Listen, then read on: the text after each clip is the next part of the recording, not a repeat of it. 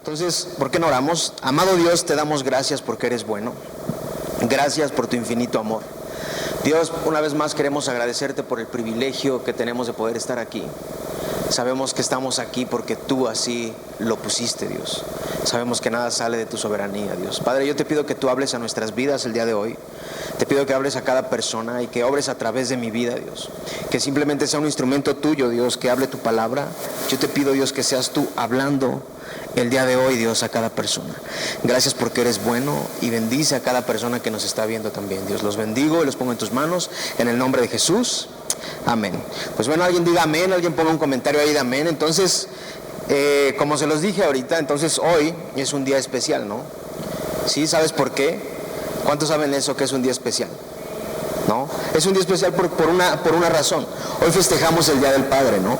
Pero sabemos muy bien que este día, el Día del Padre, no se festeja tan emotivamente como celebramos el Día de las Madres, ¿no? El Día de las Madres, ¿qué hacemos? El Día de las Madres siempre tiran la casa por la ventana, ¿no? Llevan mariachis, les llevan flores, las llevan a comer, vas a un restaurante y está atascado. Entonces el Día de las Madres lo celebran de una manera muy emotiva, muy grande, ¿no? ¿No es así? El día de las Madres se festeja en grande. Y tal vez como hombre te preguntes, quizás te levantes en la mañana y digas, híjole, ¿por qué a mí no me festejarán? ¿No? ¿Por qué mis hijos no se acordarán de mí? ¿O por qué no se acuerda de mí las personas? ¿No? Quizás pienses eso, o tal vez sí te traten bien, ¿no? Pero bueno, hay una realidad. ¿Y sabes cuál es?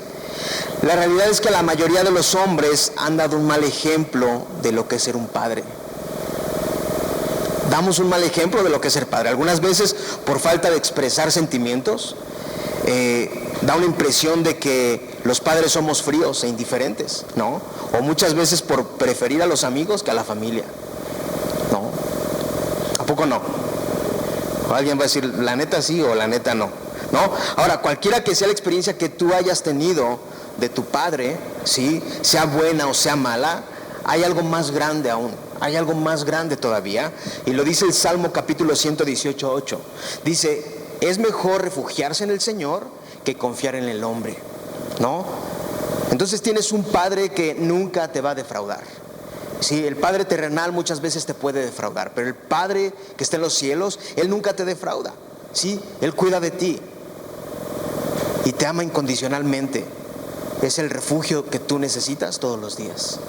Él es tu refugio. Entonces, yo hoy quiero decirle a todos los hombres que están presentes aquí, los que nos están viendo, si tú, mujer, estás viendo la transmisión, trae a tu esposo y siéntalo ahí contigo, ¿sí? Lo pueden ver juntos, pero yo hoy quiero hablarle a todos los hombres que están aquí, sean casados, sean jóvenes, ¿no? Adultos o jóvenes. Dios nos ha creado con una posibilidad de ser una influencia positiva y transformadora para nuestros hijos y para la familia y la sociedad. Así nos ha hecho Dios. ¿Y sabes cuál es la buena noticia? La buena noticia es que no es demasiado tarde para convertirnos en ser transformados en hombres que cumplamos el propósito de Dios en nuestras vidas. Sí, ese debería de ser nuestra meta en la vida. La meta de cada uno de los hombres que aman a Dios o que se dicen amar a Dios, su meta debería de ser esa, preguntarle a Dios cuál es el propósito que quiere Dios para mí. O decirle, ¿sabes qué, Dios? ¿Cuál es el propósito que tú tienes para mí? Quizás te sientes amargado por el propósito que estás llevando, porque a lo mejor no es lo que Dios quiere para ti, porque a lo mejor en ningún momento le has preguntado qué es lo que Él quiere hacer en tu vida. Pero esa debería de ser nuestra meta, ¿sí? Jesús puede cambiar nuestros corazones y encaminarnos en la dirección correcta. Dice Primera de Reyes, capítulo 8:61. Estén pues los corazones de ustedes enteramente dedicados al Señor nuestro Dios, para que andemos en sus estatutos y guardemos sus mandamientos como en este día. No es tarde para poner en primer lugar a Dios, para entregar el corazón. Podemos cambiar el rumbo de nuestras vidas por el camino correcto que lleva a lo eterno. Y no solo los hombres, también las mujeres. No, para qué no decir, te están dando una pedrada, no, las mujeres también, cada uno de los que creen en Cristo, ¿sí? Que en esta vida, en el planeta donde vivimos, puedas poner a Dios en primer lugar y que aún en tu familia Dios sea primero. Que no sea lo que tú pienses, que sea lo que Dios quiera primeramente. Ve conmigo a tu Biblia en Lucas capítulo 8 del versículo 40 al 56. Hoy vamos a leer, si no leíste en tu casa toda la semana, hoy vamos a leer muchos versículos el día de hoy. Entonces cuando lo tengas puedes decir amén. Lucas capítulo 8 versículo 40 al 56, dice lo siguiente: cuando Jesús volvió, la multitud lo recibió con gozo, porque todos lo habían estado esperando. Entonces llegó un hombre llamado Jairo, que era un oficial de la sinagoga. Cayendo a los pies de Jesús, le rogaba que entrara a su casa, porque tenía una hija como de 12 años, que estaba al borde de la muerte, pero mientras él iba, la muchedumbre lo apretaba, la multitud lo apretaba. Y una mujer que había tenido un flujo de sangre por 12 años y que había gastado en médicos todo cuanto tenía, sin que nadie pudiera curarla, se acercó a Jesús por detrás y tocó el borde de su manto, y al instante cesó el flujo de su sangre. Y Jesús preguntó: ¿quién es el que me ha tocado? Mientras todos lo negaban, Pedro dijo, y los que con él estaban: Maestro, la multitud te aprieta y te oprime. Pero Jesús le dijo: alguien me tocó, porque me di cuenta de que había salido poder de mí. Al ver la mujer que ella no había pasado inadvertida, se acercó temblando, y cayendo delante de él, declaró en presencia de todo el pueblo la razón por la cual lo había tocado, y cómo al instante había sido sanada. Y él le dijo: hija, tu fe te ha sanado, vete en paz. Después dice: mientras Jesús estaba todavía hablando, vino alguien de la casa de Jairo, oficial de la sinagoga, diciendo: tu hija ha muerto, no molestes más al maestro. Pero cuando Jesús lo oyó, le respondió: no temas, cree solamente y ella será sanada. Al llegar Jesús a la casa, no permitió que nadie entrara en él, sino solo Pedro, Juan, Jacobo, el padre y la madre de la muchacha. Todos la lloraban y se lamentaban, pero él dijo: no lloren, porque no ha muerto, sino que duerme. Y se burlaron de él, sabiendo que ella había muerto. Pero él, tomándole en la mano, clamó diciendo: niña, levántate. Entonces le volvió a ella el espíritu y se levantó al instante. Y Jesús mandó que le dieran de comer. Sus padres estaban asombrados, pero él les encargó que no dijeran a nadie lo que había sucedido. Entonces, ¿qué podemos aprender aquí? Lo primero que vemos es a un hombre, a un padre llamado, ¿cómo se llamaba este hombre? Jairo. En el contexto que podemos ver aquí es que Jesús estaba regresando de una gira que había hecho por la región de Gadara, en donde había sanado a un hombre que había sido poseído por una legión de demonios. Al llegar Jesús, lo reciben ansiosamente, es recibido ansiosamente por una multitud con mucho gozo y con mucha alegría. Dentro de mucho gozo y alegría, dentro de esa multitud se encontraba un hombre que atravesaba por una experiencia difícil. Como lo leímos aquí, su única hija de 12 años estaba en proceso de muerte. Ahora yo quiero preguntarle a cada uno de ustedes: ¿has pasado alguna experiencia difícil? Y no solo hablar de la muerte de una persona, de un hijo, alguna situación difícil que sea imposible para ti poder expresar. ¿Has pasado por una situación así? Entonces, Jairo no era cualquier hombre, sino un líder destacado de una congregación judía. Como principal, Jairo cuidaba del edificio, era un hombre de confianza, se encargaba de preparar todo para los servicios, ¿sí? Eso significa que era responsable, tenía también que seleccionar a aquellos que participarían en el culto y a un asistente que cuidaba de los rollos sagrados, lo que nos indica que era un hombre con autoridad espiritual. Sí, él tenía autoridad espiritual, era conocido y respetado entre la comunidad. Eso nos indica que tenía un buen testimonio, que era muy reconocido. Entonces, lo que tú y yo más podemos destacar aquí es el rol, no como la persona que servía en el templo, en la sinagoga, no, sino como el padre que se preocupaba por la salud y el bienestar de su hija de 12 años. Ahora, ¿qué podemos ver en Jairo que nos sirve como un estímulo a nosotros? ¿Qué crees que podamos ver? Entonces, lo primero es que Jairo no tuvo temor ni vergüenza de buscar a Jesús. Eso es lo principal. No tuvo temor ni vergüenza de buscar a Jesús. ¿Y sabes una cosa? ¿Cuántas veces tú y yo nos llenamos de vergüenza con el simple hecho de decir: es que yo soy seguidor de Cristo, y preferimos ocultarlo? ¿Sí o no? Que no sepan lo que yo soy. Sí, entonces dice el versículo 41, la primera parte. En la primera parte dice: entonces llegó un hombre llamado Jairo, que era un oficial de la sinagoga. Él se acercó a Jesús sin importar que lo conocieran. ¿sí? Sin importar que la gente lo respetara, sin importar que lo criticaran, él llegó a donde estaba Jesús. Él se acercó a donde estaba Jesús. Algo que tú y yo hacemos como hombres principalmente, quizás en las mujeres no lo sé, pero como hombres, es que cuando estamos en un conflicto, en una situación difícil, tendemos a mantenernos aislados. Nos aislamos, ¿sí?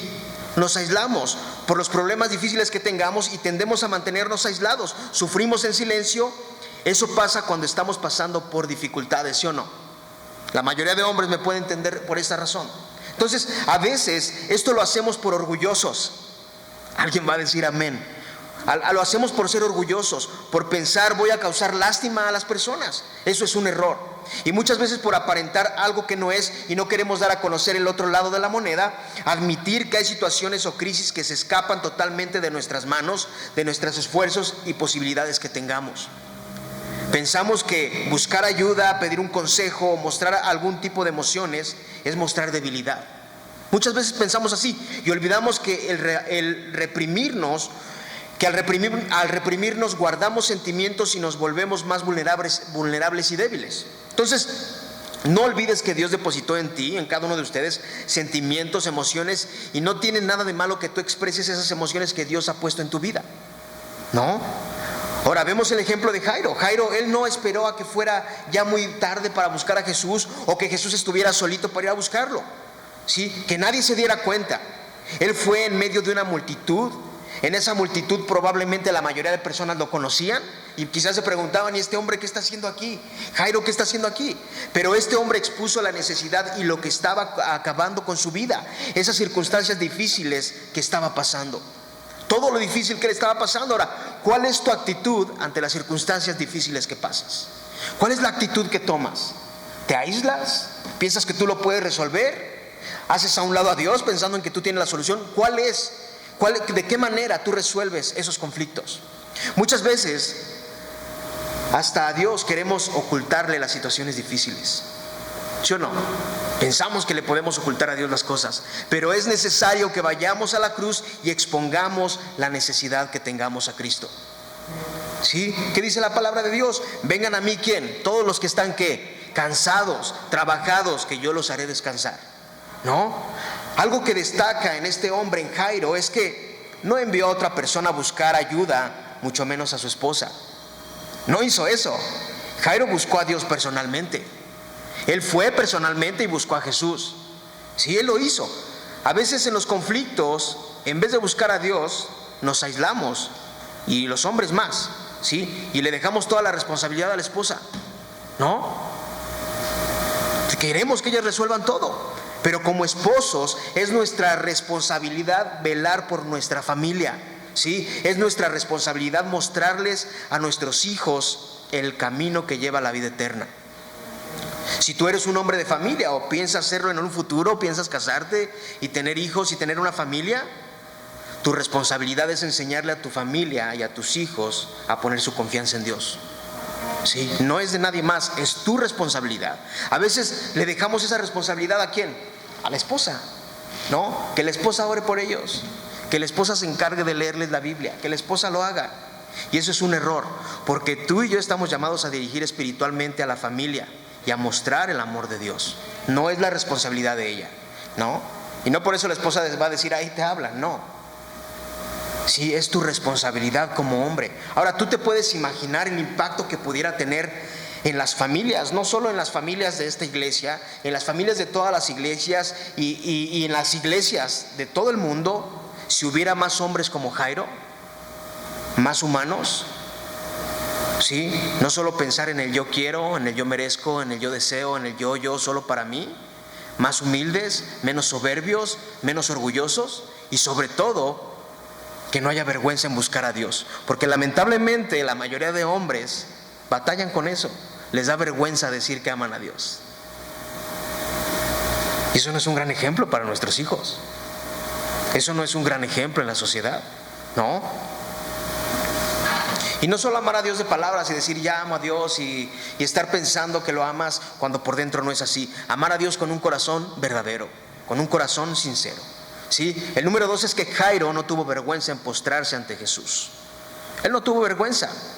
¿Cuántas veces, sí, ¿Cuántas veces tú y yo, y no solo en un baile de la banda El Recodo, es en serio y no es broma, si estuviéramos en un concierto, en un partido de fútbol, pero ¿por qué para Dios no le damos lo mejor? ¿Por qué no expresamos nuestros sentimientos a Dios y le dejamos lo último? ¿Sí? Este hombre no tenía vergüenza en postrarse delante de Jesús. Dice la segunda parte del versículo 41, cayendo a los pies de Jesús, le rogaba que entrara a su casa. Este hombre no solo expuso la angustia que tenía, le suplicó a Jesús que fuera a su casa. Entonces Jesús accedió a ir a su casa, pero no fue solo. Iba la multitud y los discípulos iban con él. Entonces, como siempre, ¿no? Hay chismosos cuando hay algo, ¿no? Iba Jesús con Jairo, quizás su familia, y los discípulos, y la multitud dijo, pues vamos también nosotros a ver qué onda, ¿no? Siempre hay alguien, ¿no? Que va. Entonces, cuando iban de camino a la casa de Jairo, vemos otro acontecimiento que leímos aquí. Jesús sana a una mujer. Entonces, cuando van de camino, la mujer que padecía flujo de sangre por 12 años, ante las circunstancias que rodeaban a Jairo y su familia, el tiempo es un factor importante aquí. Y es aquí donde el relato de la circunstancia de esta mujer realza la historia de Jairo. ¿Por qué? En medio de la multitud, cuando iban hacia su casa, que apretaban a Jesús, lo empujaban, lo pisoteaban, Jesús se detiene para saber quién lo había tocado. Imagínate, Jesús se para porque sintió que alguien lo tocó, ¿no? Y por lo que tú y yo podemos leer aquí, no tenía intención de seguir ni de moverse a ningún lugar hasta que supiera quién lo había tocado. Yo quiero saber quién fue, ¿no? Tanto Jairo como los discípulos que estaban a su lado razonaban preguntándose, ¿qué hace Jesús? ¿Por qué está esperando ahí? ¿Sí? Preguntando quién me tocó, ¿no? Y vemos que Pedro le dice, como siempre Pedro con sus impertinencias, ¿no? Le dice, la multitud te está apretando, te está oprimiendo, y tú dices, oye, ¿quién me está tocando? O sea, Jesús, vamos un chorro de gente, te están apretando, te están empujando, y todavía preguntas quién te tocó. Pero Jesús le dice, yo sentí que salió poder de mí. Entonces, al parecer la mujer, una vez que fue descubierta, contó a Jesús lo que había pasado, quien le dio todo el tiempo del mundo para que ella diera su testimonio, para ella. Pero para Jairo, aquella no era una hora para escuchar testimonios. Sí, él llevaba prisa, él estaba preocupado, angustiado por el hecho de saber que si Jesús se demoraba en llegar a su casa, sería demasiado tarde para su hija. Pero ¿sabes algo? Una cosa, tú y yo debemos de saber una cosa como hijos de Dios. Jesús nunca llega tarde. Él llega siempre preciso en el momento correcto. ¿Sí? Dios llega en el momento que necesita llegar. Nuestras vidas en el momento correcto, ya sea que tú necesites un consuelo, ya sea que tú necesites amor, aliento, ánimo, Él siempre llega y está dispuesto para amarte. ¿Sí? Él siempre está dispuesto en el momento correcto, ¿no? Entonces Jesús tenía un propósito. Di conmigo, Jesús tenía un propósito. El propósito de Jesús era que la vida de Jairo iba a ser transformada, pero él debía confiar en Jesús. Aquí hay una verdad muy significativa para ti, para mí, el día de hoy. Es que para que Dios sobre nuestras vidas, como padres, hijos, hombres, mujeres, ¿no? En cualquier situación, no basta solo con saber que Él puede hacerlo, no solo con saber Dios lo puede hacer. Hay que dar un paso grande, y ese paso se llama confianza. Sí, confianza. Y la confianza nos lleva a ¿qué? Lo dijimos la semana pasada, a la fe. Sí, mostrar que estamos depositados totalmente en las manos de Dios, cualquiera que sea la situación. Saber confiar en Él, en que Él tendrá cuidado cualquiera que sea la situación, ¿no? Ahora un toque especial para los hombres. Para que tú seas el padre que Dios quiere que seas, tienes que estar sujetado a la confianza que tu familia está segura en las manos de Dios. En tu familia, que el centro sea Dios. Si antes de que hagas algo, pregúntale a Dios. Es que Dios, dime si estoy en lo correcto. Ayúdame a tomar decisiones correctas. Pero sé tú el centro de mi matrimonio, sé el centro de mi vida, sé el centro de mi familia. ¿Sí? Entonces, siguiendo la historia, estaban en eso las cosas cuando Jairo se entera. Estaba Jesús todavía con la mujer, estaba diciéndole, ¿sabes qué? Tu fe te ha sanado, vete. Entonces llega Jairo, un hombre, llega con él y le dice lo inevitable, que su hija había muerto.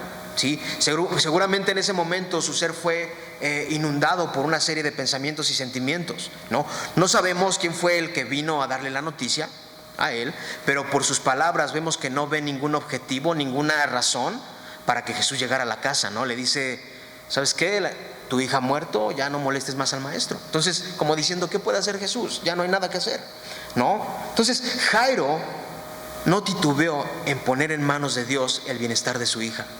Él no tuvo miedo, porque él pudo haber dicho, pues ya Jesús no llegaste, pues no alcanzaste a llegar, te quedaste con esa mujer, preferiste quedarte con ella, ya no hay nada que hacer, ¿no? Dice el versículo 51 que Jesús llegó a la casa de Jairo. Entonces, solo había dos opciones para Jairo. Di conmigo, dos opciones para Jairo. La primera era pedirle a Jesús que olvidara el asunto, decirle, olvídate de todo lo que te dije, amargarse y dejar que el orgullo le ganara. Eso era lo principal, y olvidar todo. O el otro era creer que Jesús podía redimir lo que estaba sucediendo. Esa era la otra. Jesús simplemente lo animó. En el versículo 50 que le dice, no temas, cree solamente y ella será sanada. Entonces, antes de esto, de que entrara a la casa, vemos que un hombre llega y le dice, no, ya lo dije ahorita, ¿qué fue lo que le dijo? ¿Tu hija qué? Muerto, ¿sí? No molestes más al maestro. Entonces, el mensaje de ese hombre para Jairo fue claro, y fue claro porque ya estaba muerta. No hay nada que hacer, ¿no? Pero para Jesús no fue así. El mensaje de ese hombre era de muerte terrenal. Tu hija ha muerto, no molestes más al maestro. Mas sin embargo, el mensaje del cielo fue de esperanza. No temas, cree solamente. Ese fue el mensaje de Jesús. No tengas temor, cree solamente. ¿Sí? A veces tú y yo estamos en el límite. Pensamos que la situación que estemos pasando ya no hay nada que hacer. Vemos todo como que ya no hay nada que hacer, cuando Dios tiene una solución a las dificultades. Sí, nuestros temores más grandes, llámese tu esposo, tu esposa, tus hijos, tu padre, tus amigos, tus hermanos, sí, que están alejados de Dios, o las angustias que tú tengas, o los problemas financieros, o las ansiedades, intranquilidades. Recuerda solamente esto: no temas, cree solamente. Dios, siendo un padre para todos nosotros, sabe cómo darnos los recursos necesarios. Él sabe cómo darnos los recursos necesarios. ¿Sí? Es nuestra fuerza. En nuestras fuerzas quizás ya no hay solución. ¿Sí? Porque nuestras fuerzas decaen muy seguido quizás, y ya no hay solución. Pero en Dios, Él tiene el control de cada situación. Él tiene el control de cada situación. Ahora, te pregunto algo: ¿te preocupan tus hijos? Entonces, si tus hijos te preocupan, pon su vida en manos de Dios. Él tiene sus vidas seguras, Él tiene cuidado de ellos. Tú ora por ellos, pídele a Dios que ponga temor en sus corazones, que no se aparten de sus caminos y que los lleve por la dirección correcta todo el tiempo.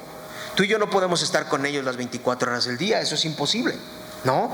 Pero ¿sabes qué? Más que tú y yo, tienen un Padre que está en los cielos que cuida de ellos. ¿Sí? A lo mejor tú y yo íbamos en una dirección incorrecta, o un camino incorrecto, pensando que era el camino correcto, porque era el que nos habían enseñado quizás nuestros padres. Pero Jesús un día llegó a nuestras vidas y cambió el curso de nuestras vidas totalmente. Jesús vino a nuestras vidas para transformar todo para algo mejor. ¿Sí? Si tú eres de la familia de la fe, ¿no? Si eres un hijo de Dios, Él te dio la oportunidad de extender misericordia y amor a los demás. Y quiero darte tu feliz día del Padre a cada uno de los hombres que están aquí. Sí, tu feliz día del Padre, ¿sabes cuál es? Dios tiene un plan para cada uno de ustedes, como hombres en medio de las circunstancias que parecen no tener solución. Así como le dijo a Jairo: no temas, cree solamente. No solo que Dios puede cambiar las circunstancias, sino revolucionar tu vida y tú ser de bendición, no solo en tu casa, no solo en la iglesia, ser de bendición afuera. ¿Sí? Dios tiene el poder para hacer de ti un hombre nuevo. El único que nos puede dar la capacidad para ser un padre de familia conforme al diseño original de Dios, simplemente es Él, nadie más. Solo a través de Dios podemos ser buenos padres, buenos esposos. No existe otro medio que te ayude con esto, porque Dios es el único que nos enseña de qué manera amar a la familia. Porque nuestra manera, somos bruscos por naturaleza, somos ásperos, pero en la manera de Dios, Él cambia nuestros corazones y lo hacemos de una manera diferente, ¿sí? Y como padres que tenemos temor de Dios, podemos cambiar todas esas estadísticas y la mala imagen que el hombre ha dejado como padre irresponsable, ¿sí? Desinteresado por la familia, áspero, orgulloso, pensando solo en el yo, me importa nada más yo y mi familia no me interesa. Sí, por una razón es que tú y yo podemos cambiar. Dios nos ha creado con la posibilidad de ser una influencia positiva y transformadora, no solo para nuestros hijos, sino también para una sociedad que va en ¿qué? En decadencia. Porque sabes una cosa, afuera se necesitan padres ejemplares, porque lamentablemente muchos no tienen el interés de ser ejemplos. A muchos no les interesa, ni por la cabeza les pasa. La familia no les interesa, prefieren pensar en su yo, en el yo quiero, en el yo deseo. Y la familia no les importa. Pero tú y yo, como hijos de Dios, podemos ser una influencia, ¿sí? Aún para chavos que quizás están afuera y necesitan un ejemplo como el tuyo, ¿sí? Entonces, el ejemplo de Jairo, este ejemplo de Jairo es el ejemplo de un padre que no se deja llevar por las corrientes del mundo, sino que su mirada está fija en aquel que puede hacer posible cambiar las circunstancias. ¿Quién es ese? Jesús. ¿Sí? Entonces el número uno era que no le importaba lo que dijeran los demás al postrarse a los pies de Cristo. A él no le interesaba, ¿sí? No tuvo temor ni vergüenza en buscar de Jesús y no le dio miedo poner en manos de Jesús la vida de su hija. Entonces no tengas temor en proclamar a Cristo, no tengas miedo al qué dirán. Lo que Dios ha hecho en ti o está haciendo en tu vida, otros necesitan saberlo para conocer más de Cristo. ¿Sí? Tú como hombre eres un ejemplo donde quiera que vayas. Entonces, si el día de hoy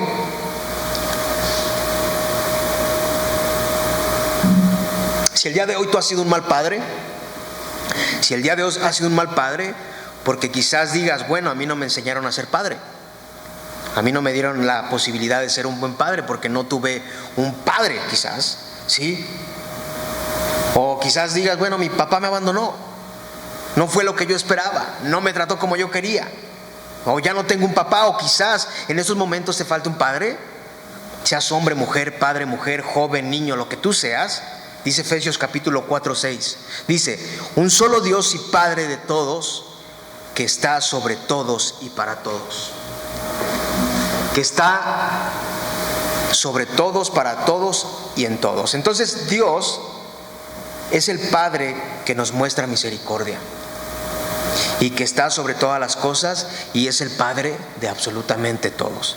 Él es el único que puede dirigirte por el camino correcto, amar de la manera correcta, a ser un padre ejemplar. Y aún estás a tiempo de dejar todo eso que te ha hecho actuar de una manera equivocada como padre y vivir de la manera en que Dios desea que vivas, como un padre que pone en primer lugar ¿a quién? ¿Al yo? ¿O a quién? A Dios. ¿Sí? Y si el día de hoy tú necesitas un abrazo de un padre, quizás Dios está dispuesto a abrazarte y no dejarte solo, porque en Él no estamos más huérfanos, sino que en Él tenemos el amor, el consuelo y el gozo que nadie más nos puede dar. Sí, Él nos puede dar el gozo que nadie más nos puede dar. Quizás digas, yo no tuve un padre. Hay muchos que son padres y no dan ejemplo de padre. Viven como se les pega su regalada gana. Sí, a fin de cuentas el humano se equivoca y no puede llegar al estatuto o el estatus que es Cristo, que es Dios. El único Padre verdadero es Dios. Y tú debes de sentirte privilegiado de tener a Dios de tu lado. Dice 2 de Corintios capítulo 1 versículo 3 y 4: bendito sea el Dios y Padre de nuestro Señor Jesucristo, Padre de misericordias y Dios de toda consolación, el cual nos consuela en todas nuestras tribulaciones, para que también nosotros podamos consolar a los que están en cualquier aflicción, dándoles el consuelo con que nosotros mismos somos consolados por Dios. Todo el consuelo y el ánimo que tú necesitas lo encuentras en Dios. Ahí es donde vas a encontrar todo eso. ¿Sabes qué es lo que hace Dios? Lo que hace Dios es que Dios viene en medio del sufrimiento que tú estés pasando. Dios viene en medio del sufrimiento, de tu angustia, de tu tristeza, y pone en ti un amor, y pone en ti un valor, y limpia tus lágrimas, y te abraza y te da fuerza, como un niño cuando se cae. ¿Qué haces cuando un niño se cae? Como padres, ¿qué hacemos? Decimos, chin, ya se rompió su mandarina en gajos, ya se la rompió toda. No, ¿qué hacemos? Se cae tu hijo, te espantas, pero vas corriendo y lo levantas y le limpias las lágrimas y lo abrazas y le dices: ¿sabes qué? No te preocupes, síguelo intentando. Si te vuelves a caer, yo voy a estar aquí para levantarte.